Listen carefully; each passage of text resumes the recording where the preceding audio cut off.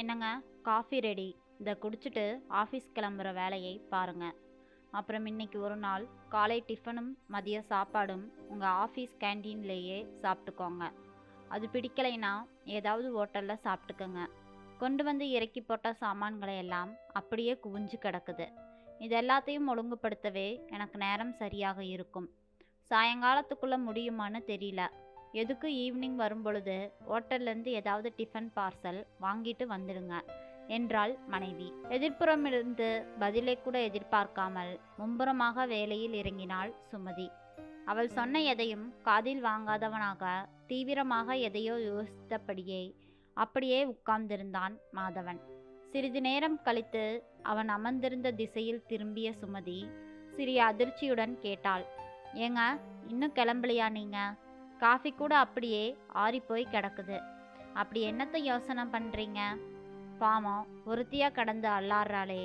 நாமளும் ஆஃபீஸுக்கு லீவு சொல்லிட்டு கொஞ்சம் அவளுக்கு ஒத்தாசையா கூட மாட ஏதாவது வேலை செய்யலாம்னு நீங்கள் நினைக்கிறீங்களா?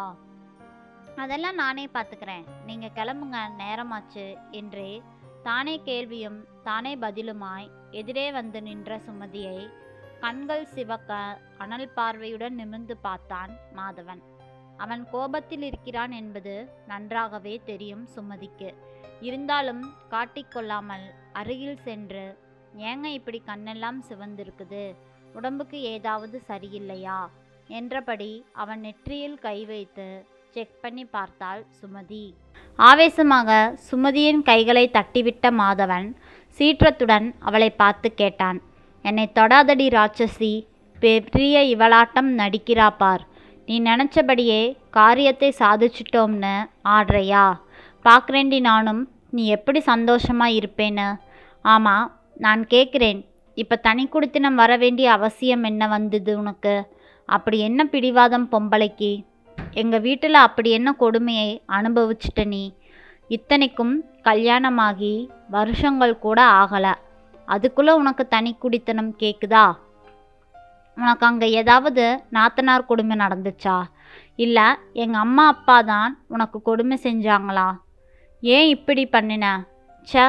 ஆரம்பத்தில் உன்னோட நடிப்பை பார்த்து உண்மையிலேயே நீ நல்லவன்னு நான் நினச்சி நம்பி மோசம் போயிட்டேன். ஆனால் அத்தனையும் நடிப்பு, வெறும் வேஷம்னு இப்பெல்லாம் புரியுது.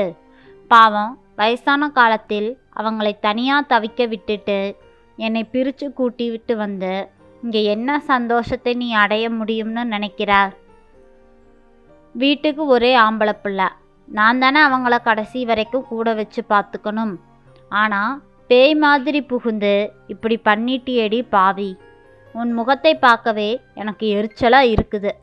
என் கண்ணு முன்னாடி நிற்காத, எங்காவது போய் தொலை என எரிமலையாக பொரிந்து தள்ளினான் மாதவன். கொஞ்சமும் கோபப்படாமல் முகமலர்ச்சியுடனேயே கேட்டாள் சுமதி, முடிச்சிட்டீங்களா? அதானே பார்த்தேன், வந்ததிலிருந்து ஒரு வார்த்தை கூட பேச காணோமேனு. ஒரே அடியாக எல்லாத்தையும் கொட்டி தீர்த்துட்டீங்களா? இல்லை இன்னும் மிச்ச மீதி ஏதாவது இருக்கா என்று நக்கலாக கேட்டாள். ஏன் சொல்கிறேன்னா, அப்போ தான் உங்கள் மனபாரம் குறைஞ்சு நீங்கள் ரிலாக்ஸ் ஆவீங்க. இல்லைனா அப்படியே ஆஃபீஸுக்கு போய் அங்கே யார் மேலேயாவது எரிஞ்சு விழுந்து வீண் பிரச்சனை ஆயிடக்கூடாது பாருங்க என்றாள் அமைதியாக. சற்றே சூடு தணிந்தவனாக அவள் முகத்தை பார்த்தான் மாதவன். அந்த முகத்தில் அப்படி ஏதும் கபட வேஷம் தெரியவில்லை. ஏன் இப்படி பண்ணின என்றான் சற்று தாழ்ந்த குரலில். சொல்கிறேங்க, நீங்கள் கேட்டீங்களே அங்கே என்ன மாமியார் மாமனார் கொடுமையாக நடந்துச்சுன்னு. அப்படி எதுவும் இனிமேல் நடந்துடக்கூடாதுன்னு தாங்க முன்னெச்சரிக்கையாக நான் இப்படி பண்ணினேன். ஏண்டி, அவங்களா உன்னை கொடுமைப்படுத்துவாங்கன்னு நினைக்கிற? எவ்வளவு அன்பா பிரியமா பெத்த பொண்ணை பார்க்குற மாதிரி உன்னை பார்த்துக்கிட்டாங்க. அப்புறம் என்ன குறை உனக்கு அங்க என்றான் மாதவன். குறை எனக்கு இல்லைங்க, அவங்களுக்குத்தான் பெரிய குறை. அதை சரி பண்ணத்தான் நான் இப்படி ஒரு நடவடிக்கை எடுத்தேன். பாவங்க அவங்க என்று சுமதி சற்று இடைவெளி விடவும் மாதவன் கேட்டான், என்ன அவங்களுக்கு குறை என்று. ஆடு நனையுதேன்னு ஓனாய் அழுத கதையால இருக்குது நீ சொல்கிறது. இப்போ உங்களுக்கு எதுவும் புரியாது. நீங்கள் முதல்ல ஆஃபீஸ்க்கு கிளம்புங்க, எல்லாத்தையும் நான் விவரமாக ராத்திரிக்கு சொல்கிறேன் என்ற சுமதி அவனை கிளப்புவதிலேயே குறியானாள். அந்த கதையே வேண்டாம். உங்களோட பலமும் எங்களோட ஒட்டுமொத்த பலவீனமும் அப்பத்தான வேலையை காட்டுது. அதனால் இந்த ராத்திரி பேச்சுவார்த்தையெல்லாம் நம்ம கிட்ட ஆகாது. அப்படி பேசி பேசியே தானடி என்னை இங்கே கொண்டு வந்து உட்கார வச்சிருக்கிற என்று கூறினான் மாதவன். எனக்கு ஆஃபீஸ் போனாலும் வேலையே ஓடாது, மண்டையை குடஞ்சிக்கிட்டே இருக்கும். அதனால் எதுவாக இருந்தாலும் இப்பவே இங்கேயே சொல்லு என்றான் அழுத்தமாக. விடமாட்டீங்களே உங்கள் பிடிவாதத்தை. உன்னை விடவாடி நான் பிடிவாதம் பிடிக்கிறேன். சரி, கொஞ்சம் தள்ளி உட்காருங்க என்று மாதவனை உரசியபடி சேலை தலைப்பால் முகத்தை துடைத்து சோபாவில் உட்கார்ந்தாள் சுமதி. பின் ஆரிய காஃபி கோப்பையை நகர்த்திவிட்டு ஃப்ளாஸ்கில் இருந்து சூடான காப்பியை மற்றொரு கோப்பையில் நிரப்பி மாதவனிடம் நீட்ட அவன் சுமதியை முறைத்தான். இந்த பிடிங்க முதல்ல என்று அவன் கையில் கொடுத்துவிட்டு கேட்டாள். ஏங்க, மாப்பாவுக்கு இப்போ என்ன வயசாச்சு? இது என்னடி கேள்வி? போன மாதம்தானே ரிட்டையர்ட் ஆனார். 58 இருக்கும். சரி, அத்தையை பார்த்தா அப்படி ஒன்றும் வயசான மாதிரி தெரியல. என்ன ஒரு 45 46 இருக்குமா? ஆமாண்டி. இப்போ என்னங்கிறதுக்கு? என்னவோ ரேஷன் கார்டு கணக்கு எடுத்துகிற மாதிரி கேட்டுக்கிட்டு இருக்கிற. என்ன என் கவனத்தை திசை திருப்ப பார்க்குறியா என்றான் கடுப்பாக. கேட்கறதுக்கு மட்டும் பதில் சொல்லுங்க என்றாள் சுமதி. அவங்க 2 பேரும் ஒன்றா சேர்ந்து தூங்கி பார்த்துருக்கீங்களா? எனக்கு ஞாபகம் தெரிஞ்சு நான் பார்க்கல. அப்பா ஆஃபீஸ் போயிட்டு சாயங்காலம் 7 மணிக்கு தான் வருவார். அப்புறம் சாப்பிட்டு கொஞ்ச நேரம் டிவி பார்த்துட்டே எங்களோட வந்து படுத்துப்பார். அம்மா எல்லா வேலையும் முடிச்சுட்டு கிச்சனெல்லாம் சுத்தம் செஞ்சு முடிக்கவே மணி 11 ஆயிரும். அப்புறம் அப்படியே ஹால்லையோ இல்லை சில நேரம் கிச்சன்லேயோ தூங்கிடுவாங்க. திரும்ப காலையில் 4 மணிக்கெல்லாம் எழுந்து வேலையில் இறங்கிடுவாங்க என்றான் மாதவன். சரி, அவங்க 2 பேரும் என்னைக்காவது ஒன்றா உட்கார்ந்து மனம் விட்டு பேசி பார்த்துருக்கீங்களா? அவங்க 2 பேரும் தனியாக பேசி நான் பார்த்ததே இல்லை. எல்லோரும் இருக்கும் பொழுது தான் பேசுவாங்க. அதுவும் வீட்டு செலவு கணக்கு, அக்காவோட கல்யாணம், என்னோட படிப்பு, வேலைன்னு இப்படித்தான் இருக்கும் அவங்க பேச்சு. என்னங்க, அக்காவோட வயசை வச்சு பார்க்கும் பொழுது எப்படியும் அத்தைக்கு ஒரு 15 வயசும் மாமாவுக்கு 25 வயதும் இருக்கிறப்பவே அவங்க கல்யாணம் நடந்திருக்கணும். அதிலேயும் தனச்சாங்குழந்த பொண்ணா பிறந்துடுச்சா மலமலன்னு வளர்ந்து நின்று இருக்கும். அப்போவே அவங்க 2 பேரும் ஒரு இடைவெளியை மெயின்டைன் பண்ண ஆரம்பிச்சிருப்பாங்க. அப்புறம் நீங்கள் பிறந்த கொஞ்ச நாள்லேயே அக்கா வளர்ந்து பெரியவளாயிருப்பாங்க. அத்தை மாமாவுக்கு இடையிலான அந்த இடைவெளி அப்படியே நிரந்தரமாக இருக்கும். அப்புறம் உங்கள் படிப்பு, உங்கள் அக்கா கல்யாணம், வீட்டு வேலைன்னு இப்படியே நிற்க நேரமில்லாத எந்திரத்தனமான ஓட்டமாக இருந்திருக்கும் அவங்களோட வாழ்க்கை. அப்புறமா அதான் உங்கள் கல்யாணம். இல்லை நம்ம கல்யாணம் என்று இழுத்தாள் சுமதி. சரிடி, இப்போ என்னதான் சொல்ல வர என்றான் மாதவன் பொறுமை இழந்தவனாக. சரிடி, இப்போ என்னதான் சொல்ல வர, சொல்லி முடியேன். கொஞ்சம் பொறுமையாக கேளுங்க. இது நாள் வரைக்கும் ஆஃபீஸ் வேலை, பிள்ளைகளை கரை சேர்க்கணுங்கிற அந்த எண்ணத்திலேயே மாமாவோட மொத்த கவனமும் இருந்தது. அப்படியே பொழுதும் கழிஞ்சுது. அதே போல் அத்தைக்கு மொத்த வீட்டு வேலைகளையும் இழுத்து போட்டு செய்யறதுலேயே கவனம் இருந்து அவங்களோட வாழ்க்கையும் நேரமும் அப்படியாகவே ஓடிக்கொண்டிருந்தது. இப்போதான் நான் மருமகளாக வந்துட்டேனே அவங்களுக்கு உதவறக்கு. அதனால பொழுதானா ஏதோ சாப்பிட்டமா அக்கடான்னு படுத்து தூங்கினமானுதான் ஒவ்வொரு நாளும் தோணியிருக்கும். அதில் அவங்க இழந்த பல விஷயங்கள் அவங்க ஞாபகத்துக்கு வந்திருக்காது. ஆனால் இப்போ மாமா வேலையிலிருந்து ரிட்டையர்ட் ஆயிட்டாரா, நான் வந்ததுக்கப்புறம் வீட்டு வேலையிலிருந்து அத்தைக்கும் விடுதலை கிடச்சிடுச்சு. நாள் முழுக்க டோட்டலாக 2 பேருமே ஃப்ரீ. இப்போ அவங்களோட மொத்த கவனமும் நம்மளை கணக்கு பார்க்குறதுல தான் இருக்கும். குறிப்பாக என் மேலே தான் இருக்கும். நான் என்ன செய்கிறேன், என்ன பேசுகிறேன், எங்கே போகிறேன், எங்கே வரேன்னு எல்லாத்தையும் அவங்க பார்ப்பாங்க. ஏதாவது குற்றம் கண்டுபிடிக்க தோணும். உங்ககிட்ட என்னை பற்றி குறை சொல்லலாம். அதோட நம்மளோட ப்ரைவசியும் நெருக்கமும் அவங்களுக்கு ஒரு மாதிரி மனபாதிப்பை ஏற்படுத்தும். உங்களால் ஏதாவது குழந்தைகளால் அவங்க இழந்த அந்த தருணங்கள் அவங்க ஞாபகத்துக்கு வரும். அது ஒரு மாதிரி பொறாமையாக மாறவும் வாய்ப்பிருக்கும். தான் அனுபவிக்காத வாழ்க்கை தன் மகளுக்கு கிடைச்சா சந்தோஷப்படுற தாய்களை விட பொறாமைப்படுற தாய்ங்க தான் அதிகம். இது புராண காலத்திலேயும் உண்டு.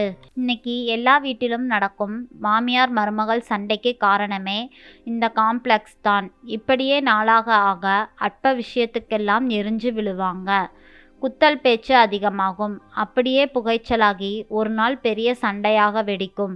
அப்படி ஒரு நிலை வந்து சண்டை போட்டு மனக்கசப்போட அங்கிருந்து வெளியேற வேண்டாமேனு தான் என்று சுமதி முடிப்பதற்குள், அதான் இப்பவே மூட்டைய கட்டிட்டு வெளியேறிட்டியாக்கும் என்றான் மாதவன். அவளை இளப்பமாக பார்த்தான். அது மட்டுமே காரணம் இல்லைங்க, நான் யோசிச்ச காரணமே வேறு. என்னது? தனியா வந்து கேட்பார் மேய்ப்பார் இல்லாம உன் இஷ்டத்துக்கு கூத்தடிக்கிறதா என்று மாதவன் கிண்டலாக கேட்டான். சி, சொல்றத கேளுங்க. பாவம், அவங்க 2 பேரும் நிறைய விஷயங்களை இழந்திருக்காங்க. ரொம்பவே கஷ்டமும் பட்டிருக்காங்க. இப்போ அவங்களுக்கு தனிமையும் நெருக்கமும் அவசியம் தேவைப்படுது. அதுக்கான ஏக்கத்தை அவங்க 2 பேரோட கண்லையும் நான் பார்த்தேன். நான் சொல்றது வெறும் உடல் சார்ந்த நெருக்கம் மட்டுமில்லைங்க, மனசு சம்பந்தப்பட்டது. இது மனசால ஒருத்தருக்கொருத்தர் ஆறுதல், ஒரு அரவணைப்போட ஒருத்தர் தோல்ல ஒருத்தர் சாஞ்சுக்க, மனம் விட்டு பேச, 4 இடங்களுக்கு போய் வர, இப்படி எவ்வளவோ இருக்குதுங்க. எல்லாம் சரி சுமதி, உன்னோட சாமான்கள் மட்டும் இல்லாம அங்கிருந்த ஸ்டவ் உட்பட எல்லாத்தையும் இப்படி தொடச்சு வாரிட்டு வந்துட்டியே, அவங்க எப்படி சமையல் செய்து அங்கே சாப்பிடுவாங்க? எதுக்கு செய்யணும்? அவங்க எந்த வேலையும் செய்யக்கூடாதுன்னு தானே நான் இப்படி செய்தேன். என்னடி சொல்ற நீ என்று புரியாமல் அவளை பார்த்தான் மாதவன். ஆமாங்க, இவ்வளவு பக்கத்து தெருவிலேயே வீடு பார்த்து வந்த காரணமே அதுதான். அதாவது ஒவ்வொரு வேலைக்கும் சமைச்சு ஹாட்பாக்ல போட்டு கொடுத்துருவேன். ஃப்ளாஸ்கிலும் பாலும் சர்க்கரை காப்பித்தூளும் தனித்தனியாக கொடுத்துருவேன். கை செலவுக்கு பணமும் கொடுத்துருவேன். ஞாயிற்றுக்கிழமையானா அவங்களோட துணிகளை எல்லாம் எடுத்து வந்து துவைச்சு அயன் பண்ணியும் கொடுத்துருவேன். அவங்க அங்கே எந்த கஷ்டமும் படாமல் இஷ்டப்படி இருக்கலாம். ஆக்சுவலாக இது நமக்கான தனி குடித்தனமே கிடையாது, மாமியார் மருமகளுக்கான புது குடித்தனம் இது என்றாள் சுமதி. அது சரி, காலம்புற இப்படியே தான் ஓடுமா நம்ம கதை? அதெப்படி? ஒரு 2-3 வருஷம்தான். அப்புறம் நமக்கு ஒரு குழந்தை குட்டின்னு ஆனால் உடனே முதலாளா நான் அங்கே இருப்பேன். வர்ற இந்த 2-3 வருஷத்தில் அவங்க 2 பேரும் நிறையவே மனம் விட்டு பேசி கூடி குழாவி 4 இடம் சுற்றி வந்து இப்படி அவங்களோட அடிமனதில் அடிபட்டு கிடந்த எல்லா ஆசையும் நிறைவேறிவிடும். மன இறுக்கம் குறைந்து ஒரு பக்குவ நிலைக்கும் வந்துருவாங்க. அப்புறம் ஒருத்தர் முகத்தை ஒருத்தர் பார்க்க அவங்களுக்கே அலுத்து போயிடும். பேசி பேசி புளிச்சு போய்விடும். அதோட ஒரு வெறுமையை உணர ஆரம்பிச்சிடுவாங்க. அப்போ அவங்க மனசு மகன் மருமகள் பேர குழந்தைகள்னு கலகலப்பான சூழலுக்காக ஏங்க ஆரம்பிக்கும். அந்த நேரம் பார்த்து நாம் குழந்தையோட அங்கே என்ட்ரி ஆனோம்னு வச்சுக்கோங்க, அப்படியே அவங்களோட சந்தோஷம் ரெட்டிப்பாகும். நம்மளையும் ரொம்பவே கொண்டாடுவாங்க, அரவணைப்பாங்க. அதோட குற்றங்குறை கண்டுபிடிக்க மனசு அலையாது. அப்படியே குற்றங்குறை கண்டுபிடித்தாலும் அதை எப்படி எதிர்கொள்ளணும் என்று எனக்கு பக்குவம் வந்துவிடும். எல்லாமே நேர்மறையாக தோன்றும். நல்லதொரு குடும்பம் பல்கலைக்கழகம் தானே. அப்புறம் அதுக்குள்ளே நீங்கள் செய்ய வேண்டிய முக்கியமான வேலை ஒன்று இருக்குது. என்னது? ஒரு குழந்தையை உருவாக்கணும், அதானே? உங்கள் மூஞ்சி. முழுசாக கேளுங்க. நம்ம வீடு இடவசதி போதாதுங்க, ஒரு டபுள் பெட்ரூம் வீடு ஏற்பாடு பண்ணுறீங்க என்றாள் சுமதி.